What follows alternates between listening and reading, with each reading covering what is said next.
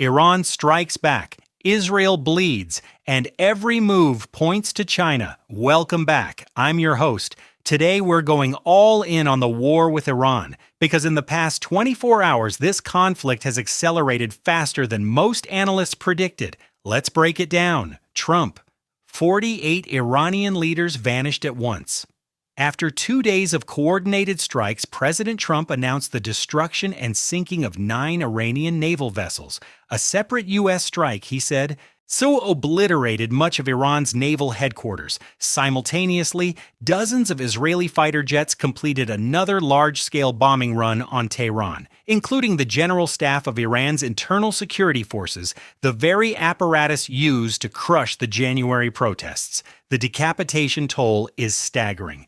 Fox News correspondent Jack Henrick, citing Trump directly, reported that 48 senior Iranian leaders were killed simultaneously. Among those confirmed dead, Supreme National Security Council Secretary Ali Shamkhani and Supreme Leader Ali Khamenei himself, his compound destroyed in the opening wave. The intelligence behind the strike was months in the making. The CIA tracked Khamenei's movements carefully, waiting for the right moment. That moment came when U.S. intelligence confirmed he would attend a high-level meeting on February 28th at a government complex in central Tehran, the same compound housing the presidential offices, the Supreme Leader's office, and the National Security Council. Israel acted on that intelligence with devastating precision. Satellite imagery of the complex before and after tells the story. The IDF later confirmed roughly 40 senior leaders were killed in the first wave alone, including Ali Shamkhani and IRGC General Mohammad Bagheri. The Institute for the Study of War assessed that military operations have focused on 3 priorities: suppressing Iranian air defenses, degrading Iran's retaliatory capacity, and dismantling Iranian command and control. Around 2,000 strikes were conducted by the U.S. and Israel by March 1st alone. Trump has called on Iran's military to surrender. He says the campaign will last another 4 to 5 weeks and will not stop until all objectives are achieved. His stated mission: bring freedom to Iran.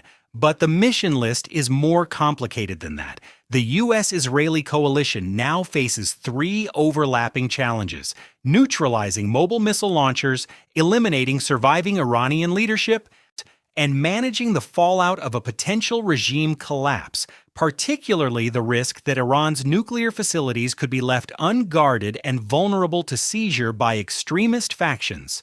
Immediately after Trump's statements, Iranian security officials reportedly began exploring back-channel talks with Washington. According to the Wall Street Journal, Iran's security director Ali Larijani, who oversees military and security operations but was not part of the newly formed ruling triumvirate, is actively seeking an exit from the conflict. Trump confirmed to The Atlantic that Iran's new leadership had expressed interest in negotiations, though he also revealed that 3 or 4 U.S. preferred candidates for Iranian leadership had all been killed in the opening strikes. Iran fires back hard, Israel takes hits, U.S. bases burn. In Iranian President Masoud Pezeshkian addressed the nation, "We will push the enemy to despair by destroying their bases and their capabilities. We must unite against their plans." But on the streets of Tehran, the official narrative was collapsing in real time. Thousands of Iranians flooded the streets, not in mourning, but in celebration. Social media filled with videos of car horns blaring, fireworks exploding, or crowds dancing, marking what many Iranians called the end of decades of theocratic rule. State television, meanwhile, aired mass mourning rallies, 2 Irans on the same night. In the aftermath of Khamenei's death, Iranian state media reported the appointment of senior Shia cleric Alireza Arafi, born 1959, as interim supreme leader. He previously served as director of the National Seminary System, a member of the Guardian Council, and a member of the Assembly of Experts. His appointment signals regime continuity, not reform. The IRGC views him as loyal. Expect no sudden pivot to peace from Tehran's clerical establishment. Now to the counterstrikes. Iran launched a massive retaliatory wave, targeting U.S. military bases across 9 countries: Bahrain, Iraq, Jordan, Kuwait, Oman, Qatar, Saudi Arabia, and the UAE, as well as military facilities inside Israel. The IRGC claims it struck 27 bases in total. The Pentagon confirmed 4 U.S. service members killed in action and several others seriously wounded, primarily from strikes in Kuwait. Iranian missiles also targeted the headquarters of the U.S. Navy's 5th Fleet in Bahrain's Jumeirah district. Iran also fired 4 ballistic anti-ship missiles at the USS Abraham Lincoln carrier strike group operating in the Arabian Sea. CENTCOM dismissed the claim, saying none came close to the ship. But military analysts are taking it seriously regardless, because no nation in history has publicly acknowledged firing ballistic missiles at an American carrier during active combat. China's research vessel, Yang Yi Hao, has been shadowing the Lincoln since January, and Chinese spy satellites have been actively tracking U.S. THAAD deployments in Jordan. Whether Iran hit its target or not, the psychological and strategic significance of the attempt cannot be understated. Israel felt the pain directly. An Iranian ballistic missile struck a residential neighborhood near Jerusalem, killing at least 9 people and wounding dozens more. A synagogue was destroyed. The blast was powerful enough to damage underground shelters beneath surrounding buildings. Reports indicate the warhead weighed approximately 500 kilograms. The IDF is investigating how it penetrated Israel's layered air defenses. Some analysts believe it may have been a hypersonic variant capable of evading interception. Iran also struck a French naval base in the UAE, confirmed by French Defense Minister Lecornu. UK bases in Bahrain, Qatar, and Cyprus were also attacked. A drone struck a runway at a British air base in Cyprus. The RAF has been deployed in a defensive capacity, though no UK casualties have been reported. Perhaps most alarming for global markets, Iran attacked 4 oil tankers near the Strait of Hormuz and warned no American vessel would be permitted to transit the Gulf. Dubai's Palm Jumeirah, the iconic artificial island, was struck, setting fire to the Atlantis hotel complex. Bahrain's international airport took a drone hit. Oil shipping through Hormuz dropped nearly 70% overnight, sending global energy markets into a tailspin. The goal is transparent: drain Allied missile defense systems, terrorize Gulf states into neutrality, and threaten the global economic order. Every action against Iran is really about China. Here's what most coverage misses entirely, and it is the most important frame for understanding this war. Iran is not just a nuclear proliferation problem or a terrorism sponsor. It is Beijing's most important strategic asset in the Middle East.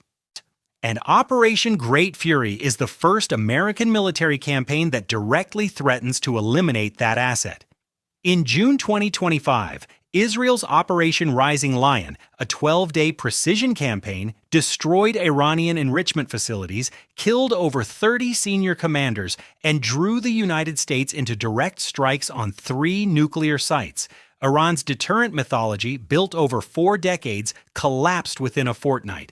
Then came the January 2026 massacres of protesters across all 31 provinces. Then EU designation of the IRGC as a terrorist organization. By any conventional measure, the Islamic Republic is weaker today than at any point in its history. And yet, Beijing kept resuscitating it. China buys roughly 90% of Iran's oil exports, approximately 1.7 million barrels per day, most of it relabeled as Malaysian crude to evade U.S. sanctions. Since 2021, those transactions have exceeded $140 billion. Iran's economy runs on Chinese money, full stop. There are 4 dimensions to why Beijing did this. 1. Energy security. China imports roughly 70% of its oil, most transiting the Strait of Malacca. In a Taiwan contingency, those sea lanes become contested. A Middle East already inside Beijing's economic orbit gives China an energy reserve that American planners cannot disrupt. 2. Digital control. Huawei and ZTE built critical sections of Iran's telecom infrastructure, including surveillance systems that enabled the IRGC to track, identify, and suppress protesters. When Iran imposed its near-total internet blackout during the January 2026 massacres, it did so on infrastructure Chinese firms spent years constructing. 3. Proxy attrition. The Red Sea campaign proved the model. Iran's Houthi proxies, armed with Iranian weapons, consumed roughly a quarter of America's interceptor missile stockpile within months, without China spending a single dollar or deploying a single soldier. Every carrier group stuck in the Gulf of Aden is absent from the Western Pacific. Every $1 billion spent on Red Sea operations is $1 billion not spent on Indo-Pacific deterrence. 4. Gulf state seduction. China used the threat Iran posed to Gulf monarchies to deepen its own economic ties with those same monarchies, the very states that host America's regional bases. Saudi Arabia sells more oil to China than to any other nation. The UAE has integrated Huawei into critical infrastructure. China brokered the 2023 Saudi-Iran normalization, announcing itself as the Middle East's new power broker. The strategic logic: the more Beijing influences Gulf states, the less likely those states stand with Washington when Taiwan becomes the flashpoint. Now, the critical caveat. As U.S. and Israeli strikes entered their third day, China and Russia responded with only muted condemnation, stopping well short of pledging military or civilian support to Tehran. Beijing wants to achieve its long-term objectives without alarming Washington, especially ahead of Trump's expected visit to China in April. China's own state-linked social media bluntly stated Iran has no real ally. This is Beijing playing a long game. It will not sacrifice its relationship with Washington to save Tehran, but it will quietly observe, collect intelligence, and inherit whatever strategic position emerges from the wreckage. That is the real reason Trump launched Operation Great Fury, not just to punish Khamenei for killing protesters, but because every year American forces are tied down managing Iran's proxies across the Middle East, China gets another year to consolidate its position in the Pacific and move 1 year closer to the moment it decides to act on Taiwan. This conflict is not primarily about Iran. Iran is the board. Taiwan is the game. That's our analysis for today. Thank you for watching.